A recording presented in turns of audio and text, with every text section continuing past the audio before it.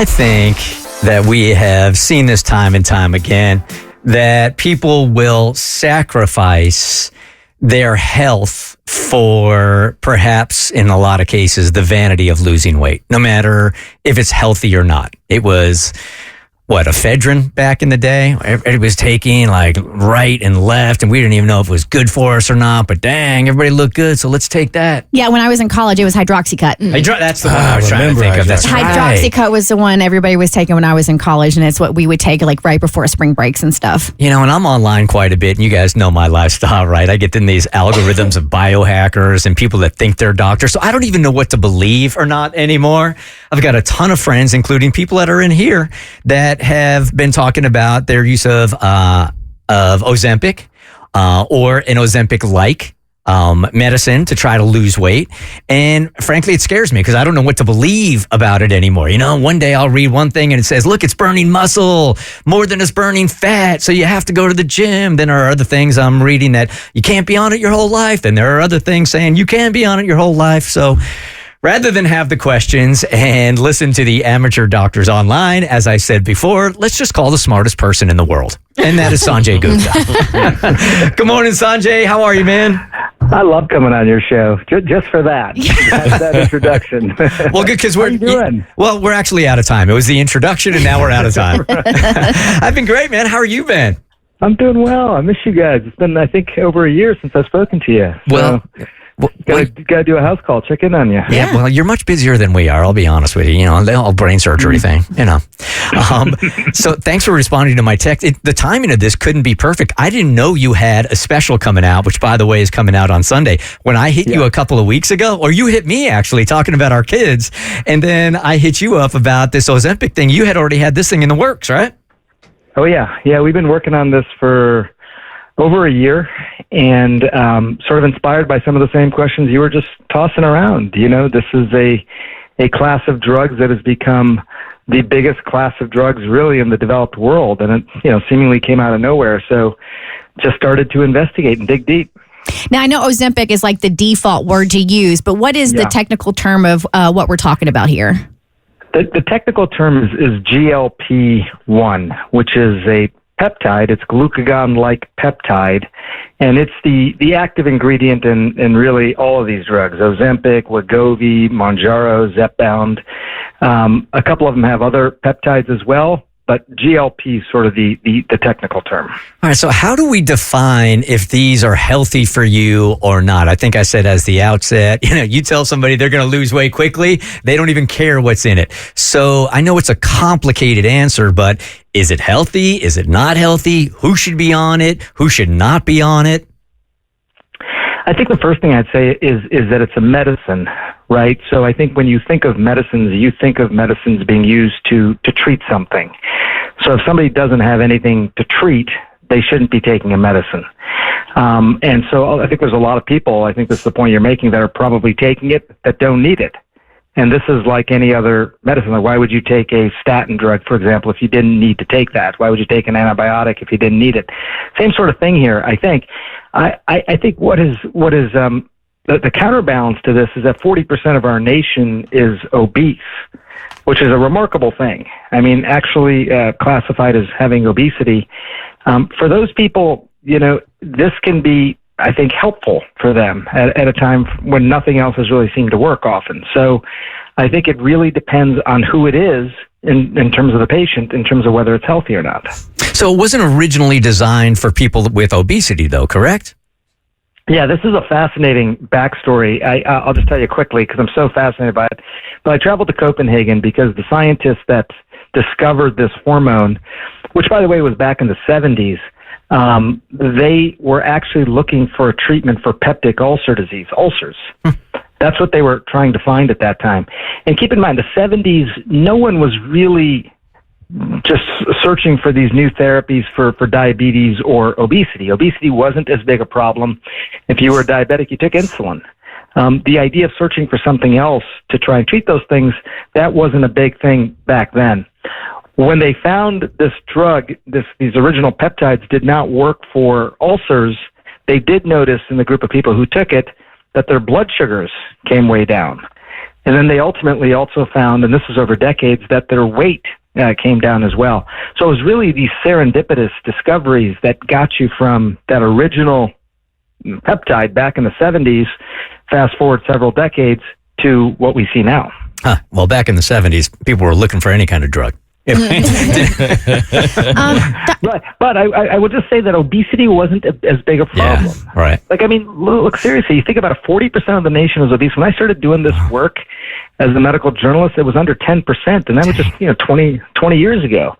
So backtrack 50 years ago, there was certainly obesity out there, but now we're getting to the point where it's starting to border on the majority of people. That's crazy. So, Dr. Sanjay Gupta, I feel like human nature, sometimes we like to put Band-Aids on like gaping holes, and instead we try to like cure a symptom rather than really get to like the issue.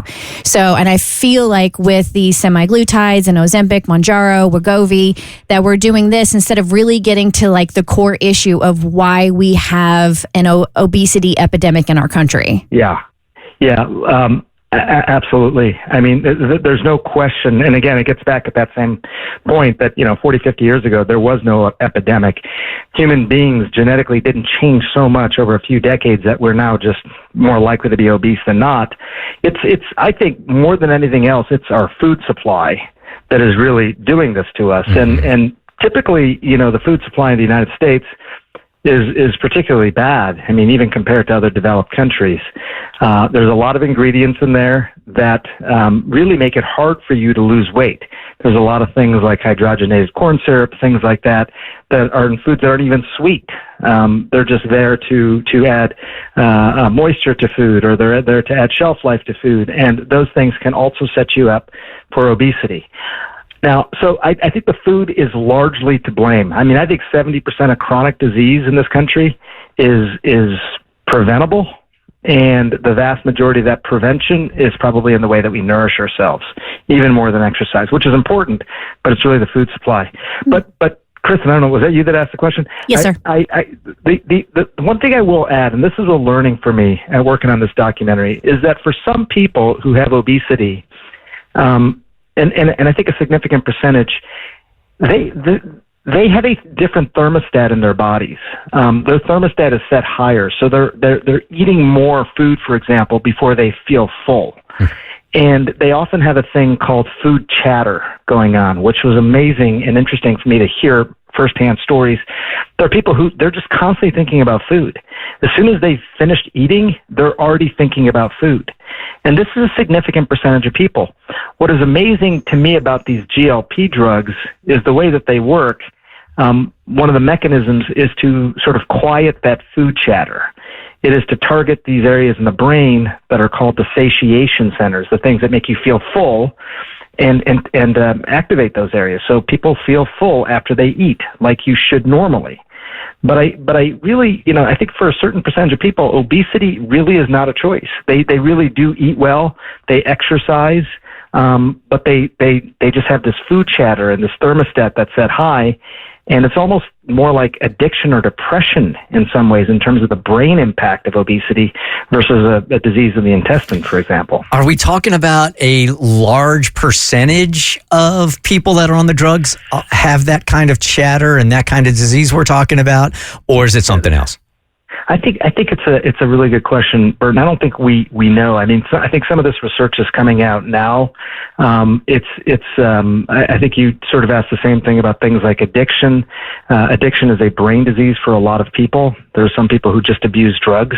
It's not because they get these huge surges of dopamine in their brain or anything. So I don't know the percentage, but I will tell you where one clue is coming from. About more than half the people, 56% according to the most recent study, 56% of people who take these drugs, these new GLP drugs, end up stopping them within 12 weeks. For what reason? Okay. The side effects are gnarly. What reason? Yeah, no. Well, some of it is the side effects. Although, to be fair, most people have side effects that are the most significant when they first start taking these drugs. And then by the 2 or 3 month mark, if anything, the side effects tend to diminish a little bit in the majority of people. For some people, it's cost, because these are really expensive drugs. And, depending on how your insurance works, $1,600 a month for some people that they're paying for these drugs. That's the high end. But the other thing is this point, Bert, that we're sort of revolving around, which is this idea that for some people, it just doesn't work as well, or they develop sort of a tolerance to it. So maybe it worked initially, but then it really starts to diminish. And I think those are people who probably don't have the sort of same brain chatter that other people have. The people who have the chatter, I think this is a drug that seems to work, continue working, and really helps them lose weight. For other people, and again, the majority, 56%, they just sort of stop within 12 weeks for a variety of reasons, but part of it might be that they were just never great candidates for this in the first place. Does it worry you that it's become so mainstream? Because I was just on a girls' trip, and of the 4 of us, 2 are currently taking the weight loss shot, and the 3rd is about to get on it.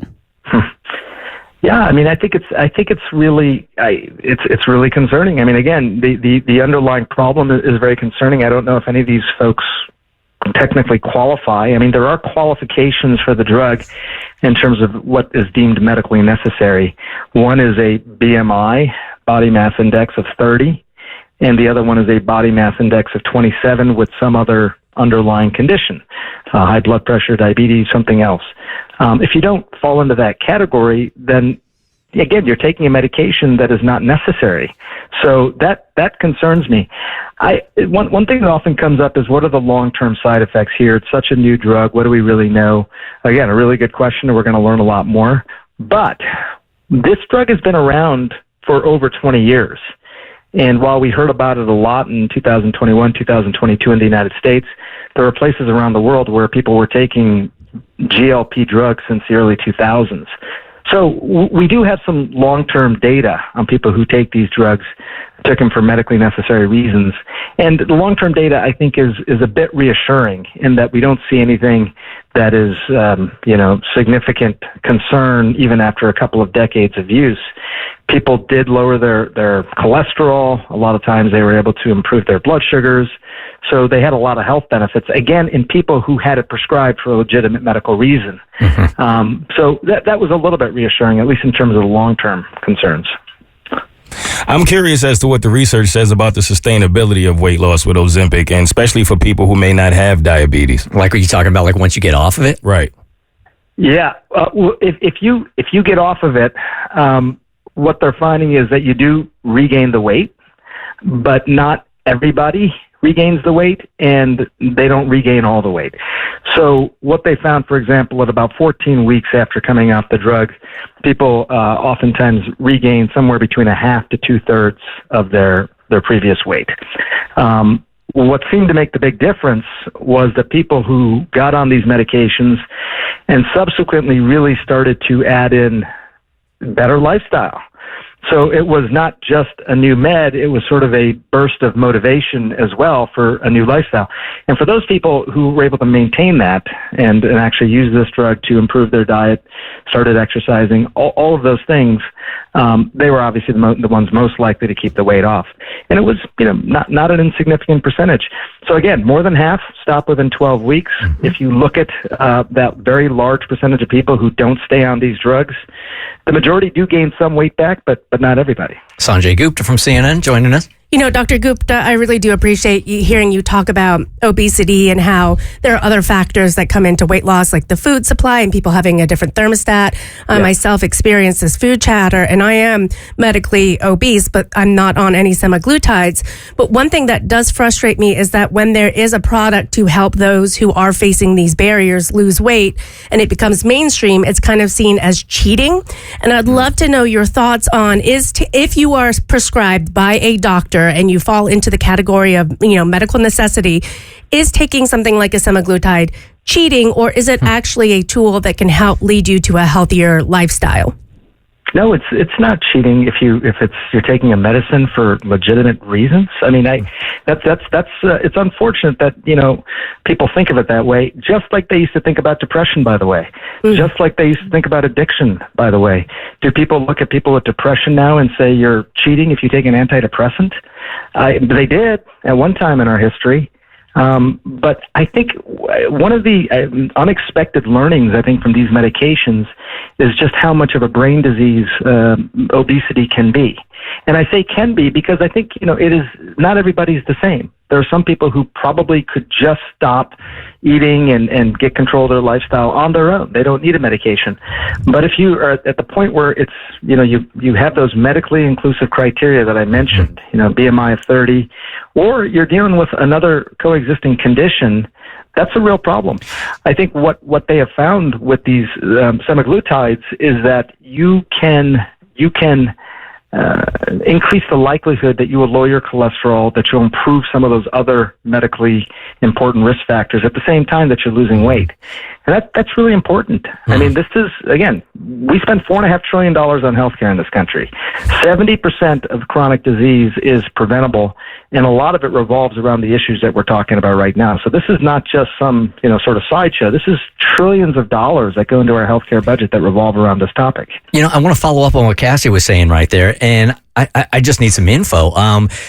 Because we had somebody on staff that went in and a doctor prescribed Ozempic for her and told her she was pre-diabetic, which is a term I had never heard of before, and then prescribed the Ozempic. So do doctors get paid a certain percentage when they prescribe the Ozempic if the patient needs it or not?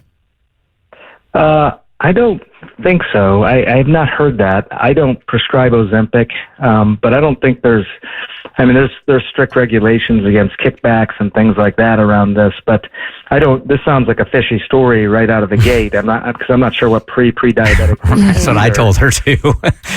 I mean, there's pretty strict criteria on what qualifies for people to take this. Now, I mean, I will say it's a little bit of a loose target in terms of who qualifies, only because BMI, body mass index, is in and of itself a pretty loose target. It's basically your weight divided by your height squared, and it's a really old measurement, 200 years old measurement that was originally designed to figure out what is normal sort of body shape and size for people in Europe. And then over 200 years, it's still being used now to see whether people qualify. I mean, there's people who are super muscular, for example, that may be classified as obese because of, their BMI. So it's a bit of a loose target, but I mean, doctors are prescribing these medications off label. There's no question about it. And it's been a little bit loose, I think, in terms of what, how people qualify. But I think, right now you probably got about 40% of the population, according to some studies, that are taking this medication that don't necessarily qualify for it. Hey, Dr. Gupta. So I actually have a question about the off-brand Ozempics and Wegovy's of the world, because there is such a narrow criteria to get on the drug. And I know some people that are on it specifically for weight loss that are going to like your local med spa down the street who are getting on like a semaglutide or a tirzepatide. Should there be any fear around the off-label usage of these drugs? Are they regulated? Should people be more cautious than they should be with something that might be more regulated, like an Ozempic? Yeah, this is a really tricky sort of question. So first of all, there's these compounding pharmacies, and what happens is compounding pharmacies are allowed to take the active ingredient in these drugs and basically compound it or make it themselves in their pharmacy only when the drug is in shortage. So when the drug is in shortage, these compounding pharmacies can sort of fill those gaps. The ingredients that go to the pharmacy, the active ingredients, those are FDA-approved ingredients. So they come from a facility that FDA approves it, good manufacturing practices. But then when it gets to the compounding facility, they're making it. They're diluting it. They're mixing it. They're putting it in the vials. They're presenting it with a syringe. There's not one of the pens that you can take with it. You have to draw up the medication yourself and inject it. And that part of the system is not regulated. And so there's not safety or efficacy sort of standards there, meaning, again, it's an FDA-approved ingredient, but the process by which it was made is not necessarily regulated in a compounding pharmacy. And there's also not efficacy. So you don't really know how well those versions work compared to the other medication. Now, having said all that, there are some good compounding pharmacies out there. And I think one of the ways to know is that there is an accreditation. So if you are getting your medication from one of these pharmacies, that's, again, not the brand name medication, but one of these compounded drugs, check out the pharmacy ahead of time. See if it's an accredited pharmacy. If a doctor's prescribing, a doctor should be prescribing this. This should not come from an online prescription. Compounding pharmacies that take online prescriptions are usually not accredited. So, there's all these little ways that you can improve the odds in your favor. But I realize that it's hard to get. I realize that it's expensive, and there are some of these pharmacies that are legitimate, but you just got to do your homework. So you say if you can Amazon Prime it, it's probably too good to be true. Yeah, I mean, look, that again, that's the thing that's sort of this is an injectable drug. Yeah. You're injecting this into your body. I mean, you're taking this substance from your outside world and injecting it into your inside world, and you're going to buy it off Amazon Prime. I mean, you're not going to get it from a doctor or a pharmacy. It's amazing. Right. You got to take this seriously. Yeah, and again, I take it seriously because this is it's a big deal overall in the world of medicine. But I do worry that it's getting a little tainted by all these sideshows. I love that analogy that I heard a while back, that if you were told you had one car your entire life, you'd be sure to be putting the best gas in it. You'd get the tires rotated when you're supposed to, because you only have one car. But people don't look at their bodies that way, and that's exactly what we're doing with this drug. When you go to these different places, you have no idea what you're putting in your body, and it's a very, very scary time. But I understand the vanity of it also. You can watch Sanjay. There's only so much that we can do on the radio in this amount of time, but he's got a special coming on Sunday at 8:00 on CNN. It's called Dr. Sanjay Gupta Reports. Is Ozempic right for you? And I'm sure it's much like the conversation we had just now, yes? Yeah, I think we got at a lot of it, but I think the story and the fascination with how this came about is really interesting. And also, that's what people want to know in the end, right? Is it right for them? And I think we really get at that question. Sanjay, you're still good at this. You're not bad, man. Man, what a pleasure. Good to check in with you guys. Good for the mental health. Thanks for your time. We always love having you on, and I promise if you want to dumb it down a little bit, just stick around for a couple of minutes, all right? You'll get it here, okay? Love you guys. Thank you, Sanjay. Love you too, man. Dr. Sanjay Gupta from CNN joining The Bert Show. The Bert Show.